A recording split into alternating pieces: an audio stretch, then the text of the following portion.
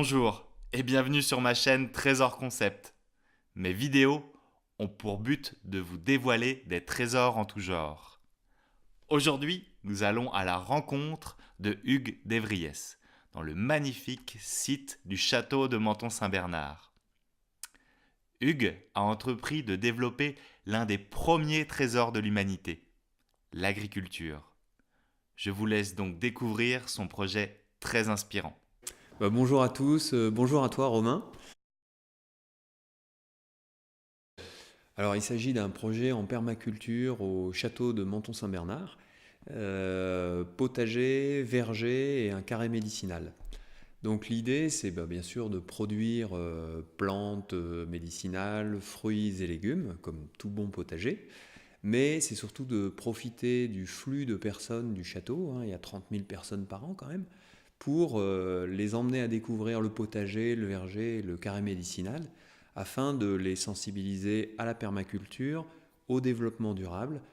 Tout ça dans un endroit qui est quand même extraordinaire, le château de Menton. Et on est quand même dans la séduction, c'est-à-dire que tout est beau, c'est inspirant, et puis c'est un endroit millénaire, quoi.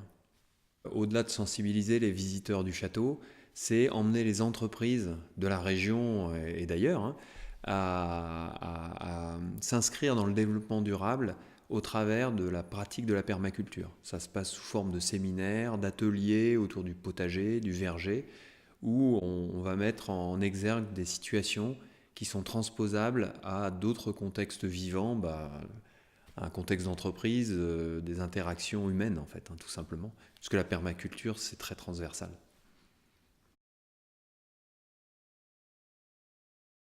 Alors le moteur, c'est le partage.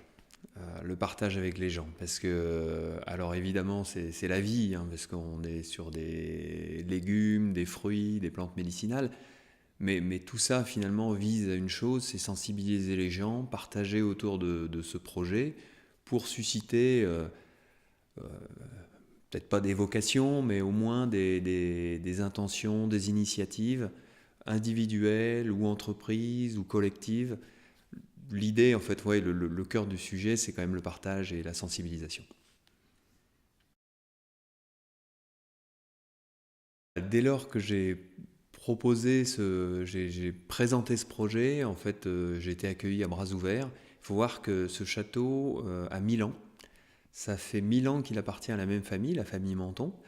Et quand on regarde l'histoire de cette famille, il y a eu énormément, chaque génération a compté un ou des personnages qui ont compté dans l'histoire de France, à chaque fois qui ont porté des valeurs fortes d'un point de vue valeurs humaines en fait. Bernard de Menton, Saint Bernard de Menton, René de Menton, botaniste, poète, écrivain, qui a réalisé un herbier qui est toujours au château, qui est absolument magnifique. Donc c'est une famille, François de Menton, enfin j'en passe, c'est une famille qui est vraiment inscrite dans ses valeurs de patrimoine physique, le château et d'autres, et aussi un vrai patrimoine naturel autour des faunes et flores en fait. Donc finalement, quand j'ai présenté ce projet, ça a connecté immédiatement. Le château porte plusieurs projets, toujours sur le thème naturel en fait, puisque en premier lieu, il y a un projet de vigne en biodynamie qui s'est mis en place il y a 2 ans. Et en 2018, ont été plantés 12 000 pieds de vigne, donc en biodynamie. Et finalement, là, on est en train de réécrire l'histoire, puisqu'il y a un siècle, il y avait des vignes au château. Ensuite, il y a le projet de permaculture, donc avec ces 3 objectifs, production, visite autour du développement durable et séminaire d'entreprise. Il y a le château héberge des apiculteurs, il y a 30 ruches qui sont autour du château ou dans le château. Et il y a d'autres projets à venir en gestation au château qui vont résonner avec ces 2 projets-là. Plutôt satisfait. Voilà maintenant 15 mois, 16 mois que le projet a démarré. J'ai produit en 2018, alors de manière assez modeste, hein, il y a pas mal de choses à corriger en 2019 et sur les années à venir. Il faut voir qu'une Terre met 7 ans à se faire, hein, donc c'est un projet lent à la vitesse de la nature.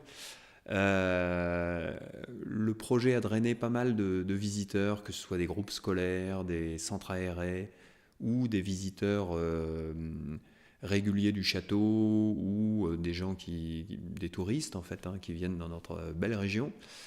En 2018, il y a un premier séminaire qui s'est mis en place en fin d'année avec Baume et Mercier.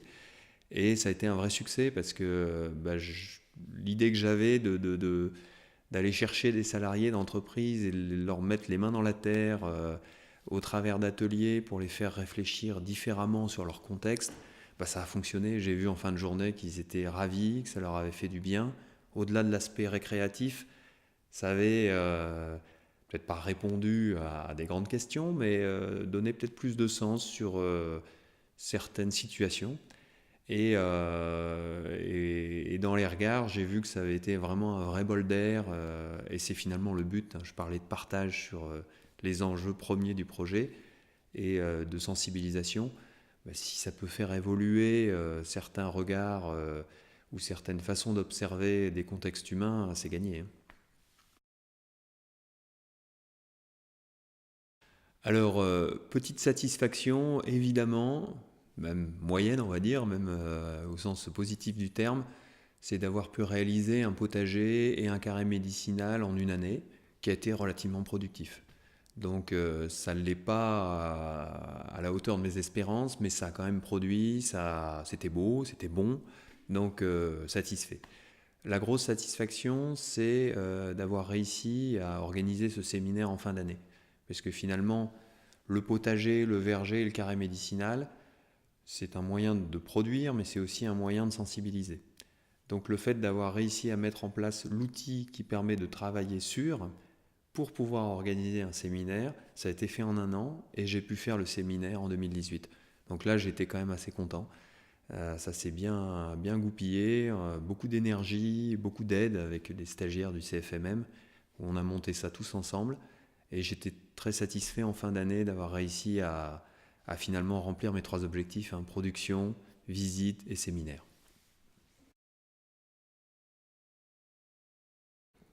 Alors les difficultés rencontrées, il y a déjà la limite de mon corps, c'est-à-dire apporter un projet comme ça qui demande énormément de travail. Il y a une limite, hein, la durée de la journée et puis sa capacité physique. Ça, c'est une première chose, même si la motivation rattrape le déficit, hein, souvent. La principale difficulté, ça a été de recruter des stagiaires ou des intervenants dans le potager. À savoir, il y a beaucoup de travaux qui ne peuvent pas se faire tout seuls. Et j'ai mis en place avec le CFMM, Centre de formation des métiers de montagne de Thônes, un partenariat qui me permet d'avoir pas mal de jeunes qui viennent m'aider. Donc c'est des belles interactions. Puis ça remet un peu de punch et de jeunesse dans le projet. Donc c'est sympa, ça, on s'auto-nourrit en fait, hein.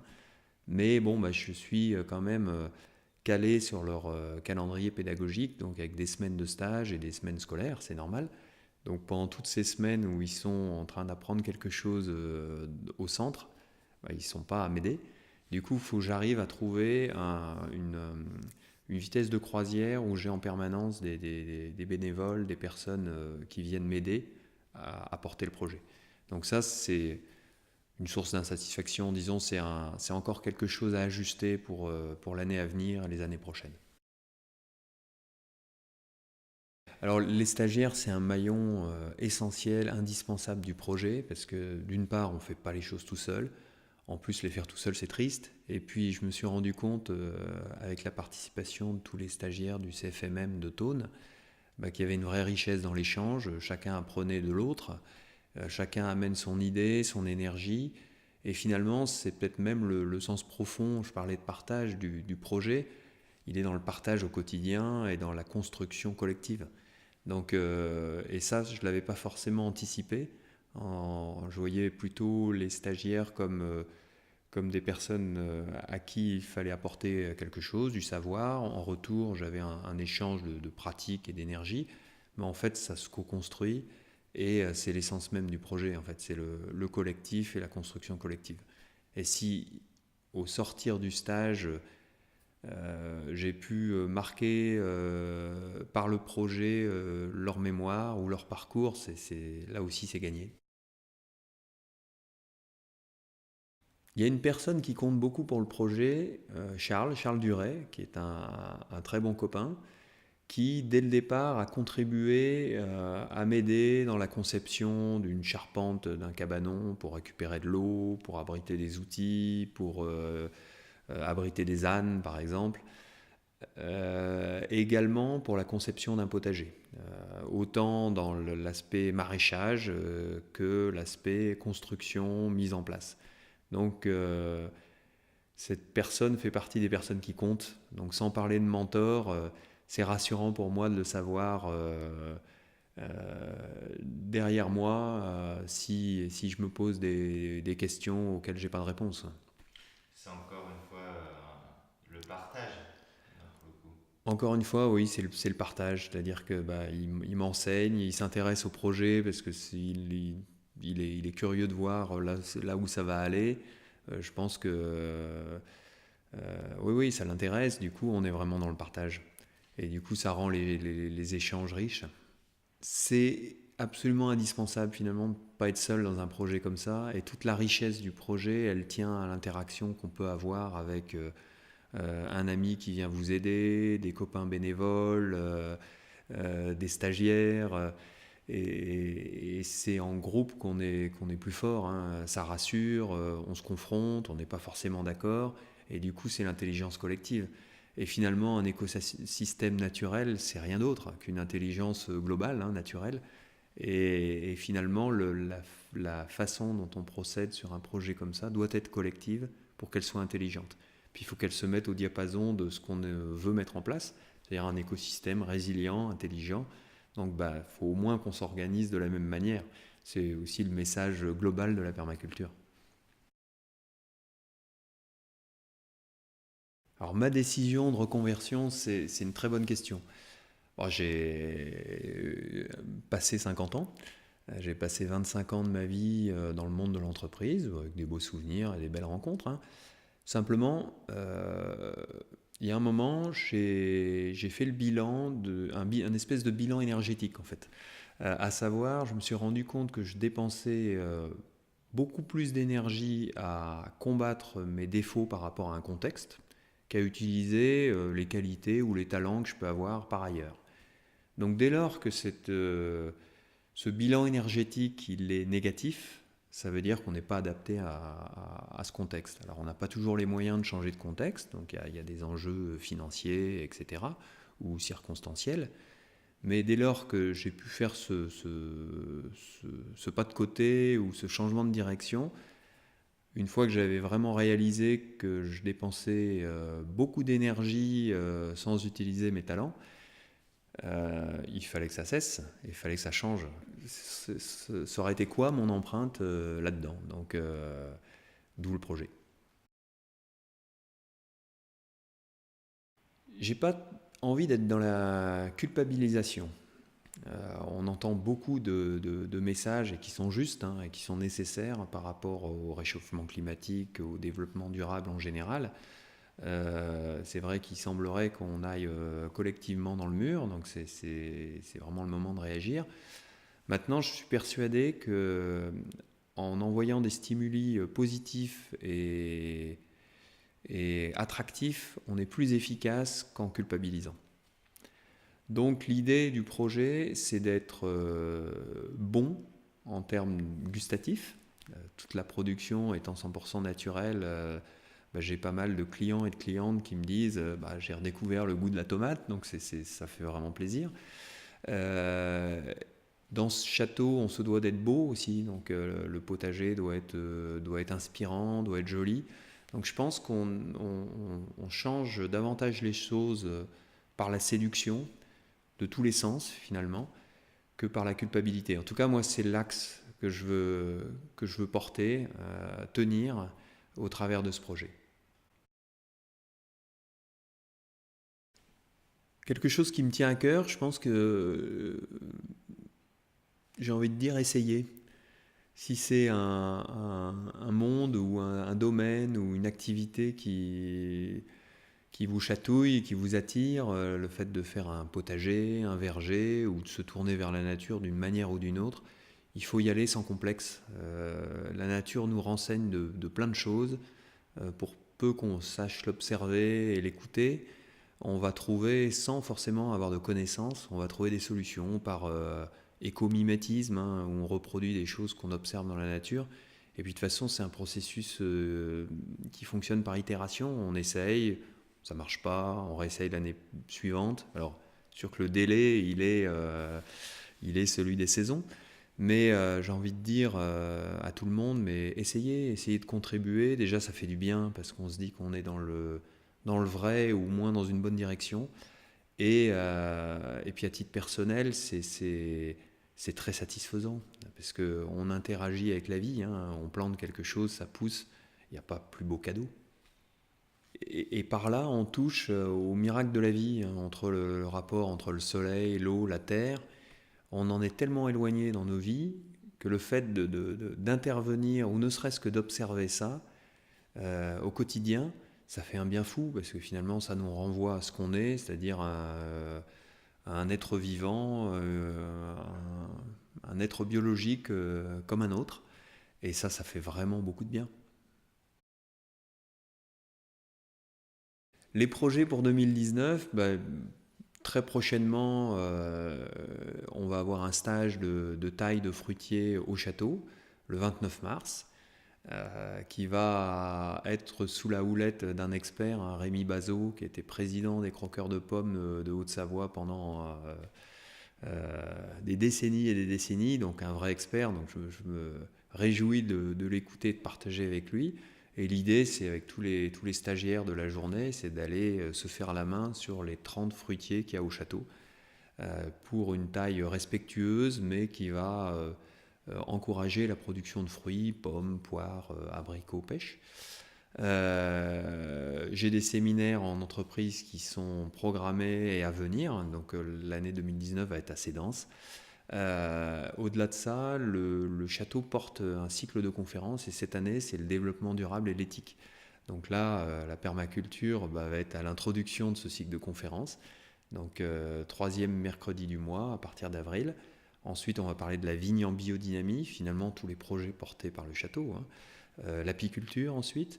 Après, l'association Water Family du flocon à la vague en juillet sur une conférence sur le cycle de l'eau. Enfin non. À la suite, au mois d'août, on va être sur les plantes médicinales. Et pour clôturer ce cycle de conférences, en septembre, on sera sur le développement durable au sein de l'entreprise. On a le directeur du développement durable, Joël Tronchon, du groupe SEB, qui viendra nous parler de ce qu'est le développement durable, ce qui a été mis en place et les difficultés au sein du groupe SEB, au château, à partir de septembre. Et enfin, on finira ce cycle de conférences par un week-end de développement durable au château, week-end forum avec des présentations, des animations de tous les acteurs ou intervenants qui ont envie d'avoir une empreinte positive sur ce thème fort. Donc ouais, une belle année à venir. Alors pour finir, moi j'ai envie de remercier toutes les personnes qui m'ont aidé dans ce projet, à commencer par la famille Menton qui m'a accueilli à bras ouverts.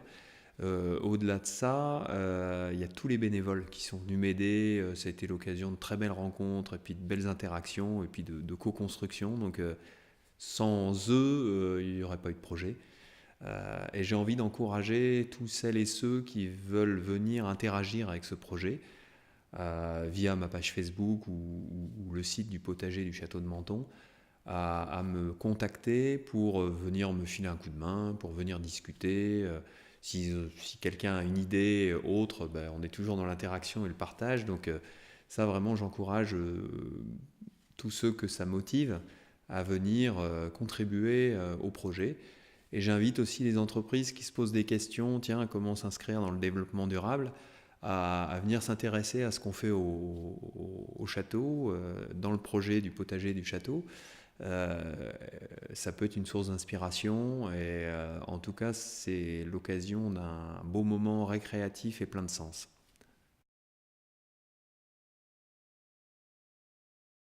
Merci d'avoir regardé cette vidéo. Merci à Hugues.